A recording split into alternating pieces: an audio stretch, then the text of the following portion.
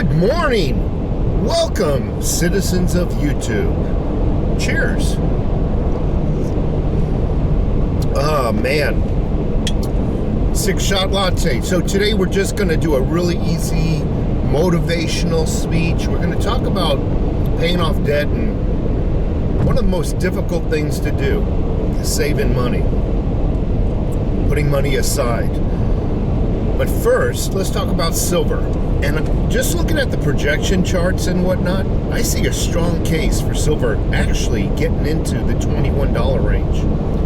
It's currently, as of about 15 minutes ago, $22.87 as of about 15 minutes ago. By the way, it is 7 o'clock a.m. in the morning, Tucson time. If you're wondering, this video will not be posted until tonight after I get home, unfortunately. It's how I do my videos. I gotta work for a living, like many of you do. I also wanted to ask everybody a favor, please. Get a little light just in case it's a little dim in here. If you haven't subscribed, I really would appreciate it. I really would. I have a goal of 20,000 subscribers. If you can help me out by subscribing, listening to maybe some of the ads that play before the video, it gives me about, I did the research, about $0.0125. Then YouTube taxes you the whole at the end of the month. Gives me $0.0125. By the time I get a payment from YouTube, it is enough to pay the internet bill that I upload these videos through. So like and subscribe, the whole gamut of crap that everybody always asks during a YouTube video. Anywho, I've already talked about silver. I do believe there's going to be, I do believe, I'm not 100% certain, I'm not a prophet, I don't have ESP abilities, but I do think there's a strong case for silver to reach into the $21 range, maybe the high $21. I could be off by maybe 25 cents still. Even $22.25 is a nice nice area to buy your silver. You're thinking about getting into silver or buying more. Maybe you took a break. I know I got back into the market. And that gives me my segue into saving money. Saving money and paying off debt. I think times are going to be very difficult. I think we still have a few more years of this fool being in office, and I don't really think he's the one that is causing all this financial pain for all of us. I just believe he is just a puppet there, put in front of the camera, and he's walked away.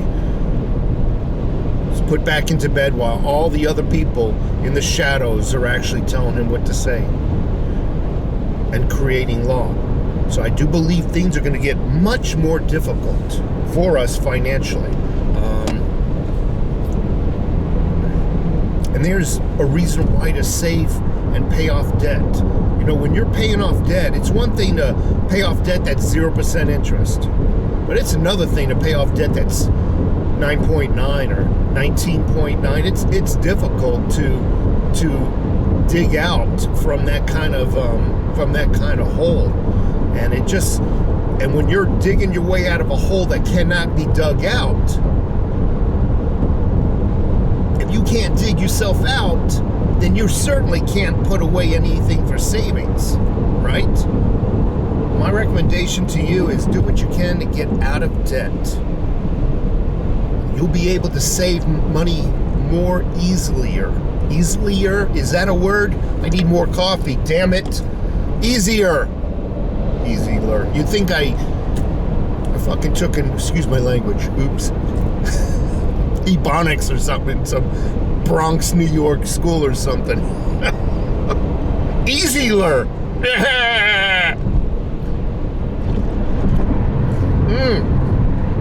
Oh man, that's good. Made with my Berkey water. Certainly, I'll repeat it because it's worth repeating. If you can't even dig yourself out of debt due to the interest rates, and you're making just the minimum payment, certainly you're not going to have the ability to efficiently put away money for savings, which leads me the second portion of this video, is saving money is one of the most difficult things you can do. It's more difficult if you're married. Now, I don't mean any ill intentions or anything derogatory or negative against women. I love women. I really do.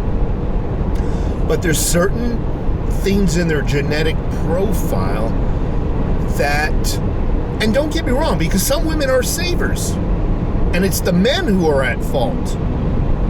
But I do notice in my circles, as well as a lot of the people who reach out to me through emails. There I go again, my Biden moment.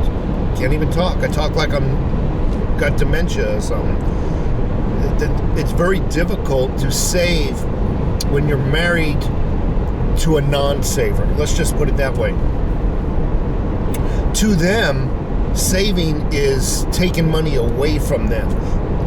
It is taking money out of their circulation, out of their monetary circulation, they see it as.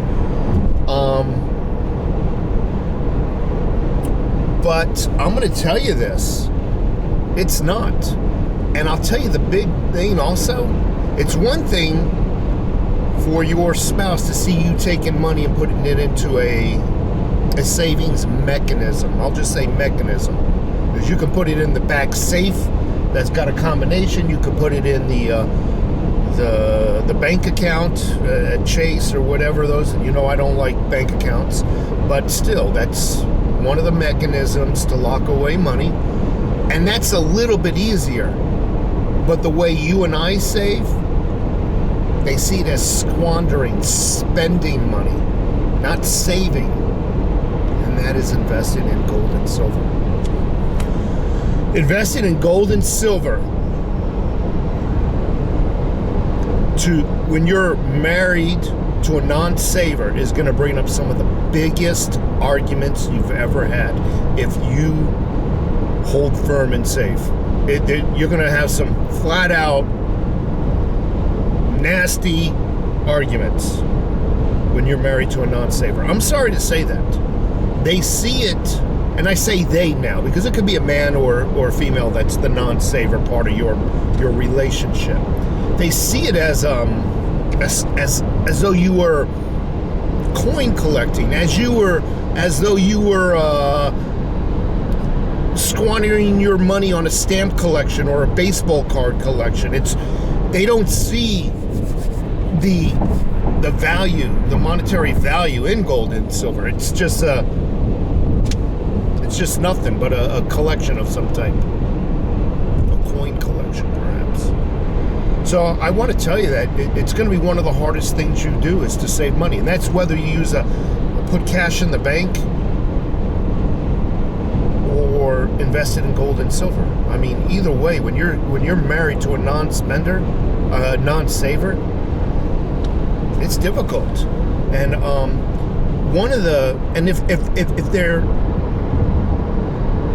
if they're on your side about saving money but are always having excuses not to save, well, we got bills and we got this to pay, and old Johnny needs a new pair of socks, and every paycheck after paycheck, another brand new excuse not to save and put away money.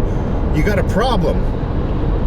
And my answer to them is, we either save now when we're young enough to do without, or we save in our retirement years when we cannot save and we cannot do without. We either do it now while we can live